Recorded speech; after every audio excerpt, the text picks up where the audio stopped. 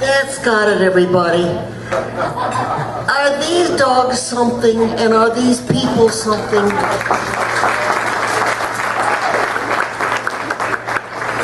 It's such a joy to watch the rapport between animals and humans, where they're just not two different species.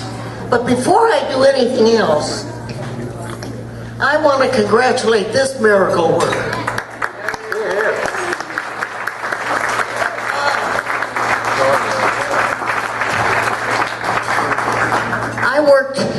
The last 3 days I worked on a show called Off the Rockers, and we worked on, oh no, you don't have to do that, it's a silly show. But we worked 14 hours all the last 3 days. But I was having enough trouble doing that, and then I watched her do this and make it seem so easy. I think I better go back and do the last 3 days again.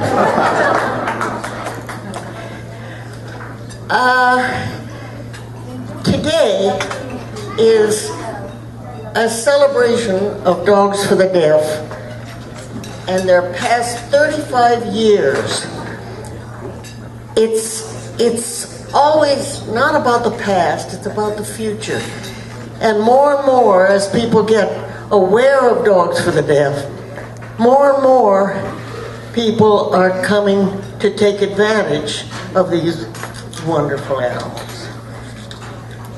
Dogs for the Deaf has a tremendous need, and I'm going to hitch up. They have a tremendous need for more assistance dogs, more people wanting and needing hearing dogs, and not only hearing dogs, but autism dogs and program assistance dogs. And I'm going to ask you to become our partner and pitch in and help fund that need. You've heard about Dogs for the Deaf. You've seen a wonderful demonstration, and you've met some of the clients here today and their wonderful dogs. And we're going to ask you to help rescue more dogs. It's such a win-win situation. You're taking dogs out of a shelter. You're giving them a home. You're giving them a job, so they're not just sitting around being bored or waiting for you to come home. They're working, and you can do all that. And the most wonderful part about it is Dogs for the Deaf have an endowment that pays for all of the costs and all the covers all the services, so that those beautiful dogs are free of charge, and the hearing needing assistant person doesn't pay 1 cent. So in addition to helping dogs and helping people, you're setting an example of how one species can help another. So I'm going to ask that we all help. None of this comes cheap. That we all help support, because Dogs for the Deaf and these wonderful dogs come through our support and through being sponsored. So I would like to make a matching gift.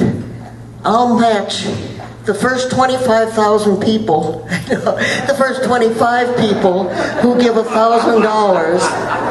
I will match that 1,000 for those 25 people.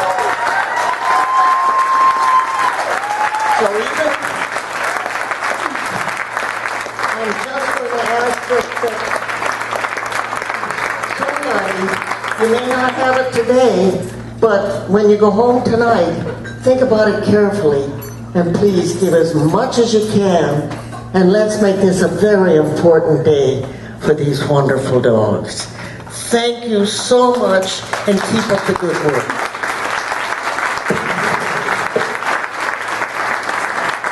You know what I'm always surprised at? I'm always surprised at the different new jobs that dogs have taken under their belts to do.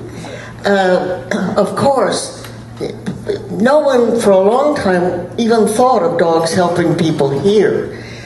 We've had guide dogs, we've had seeing dogs ever since World War I, and before that in Germany. But hearing dogs have made their own place. Well, now there are all kinds of different jobs.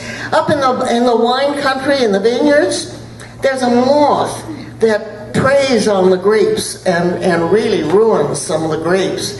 And these are little tiny moths, but they attack the grapes and kill whole vineyards. Well, they've got dogs trained. Don't ask me how they did this. They've got dogs trained to go up and down the vineyard aisles, and if there's a moth in this row, they stop and sit down and indicate the row, and then lead the people that are working with them, lead them to find that and attack that moth and spray or whatever they have to do. How do you teach a dog to identify a certain kind of moth? It's a very quiet training period, I imagine. But it's certainly effective, and they've saved thousands of dollars in grapes. So when you take your next sip of wine, just think about those dogs who kept those moths out of that wine. Thank you so much, everybody.